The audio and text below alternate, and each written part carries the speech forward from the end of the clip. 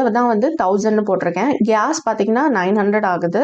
ஆனால் நாங்கள் 3 மாதத்துக்கு ஒரு வாட்டி தான் வந்துட்டு கேஸ் வாங்குவோம். ஸோ வந்து அது 300 அப்படின்னு போட்டிருக்கேன். இது வந்து நான் பட்ஜெட் எழுதுறேன். நான் என்ன கேட்டகரிக்கு எவ்வளோ போட்டிருக்கேனோ அதுக்குள்ளே நம்ம வந்து செலவு பண்ணிக்கணும். அதுக்கு பேர் தான் பட்ஜெட். ஸோ ரீசார்ஜ் பார்த்தீங்கன்னா 2 மொபைலுக்கு 250 ருபீஸ்க்கு இருக்க பிளான் போடுவோம். ஸோ வந்து 500. அடுத்து வந்து கார் வச்சிருக்கனால இந்த டீசல் செலவு வந்து கொஞ்சம் காருக்கு டீசல் போடும்போது கொஞ்சம் செலவு கூட தான் ஆகும். ஸோ அது வந்து 3000 போடுறேன். டாக்டருக்கு ஏன் 3000 போடுறேன்னா, இந்த மழை காலம்லாம் வந்துருச்சுன்னா என் பையனுக்கும் என் ஹஸ்பண்டுக்கும் வந்து அலர்ஜி இருக்கு. ஸோ வந்து எப்போ என்ன செலவு வருதுன்னு தெரியாது. அப்போ வந்து எமர்ஜென்சி ஃபண்ட்ல கை வைக்கக்கூடாது அப்படிங்கிறதுக்காக 3000 போடுறேன். அதில் ஏதாவது மிஞ்சிச்சுன்னா அது எல்லாமே சேவிங்ஸ்க்கு தான்.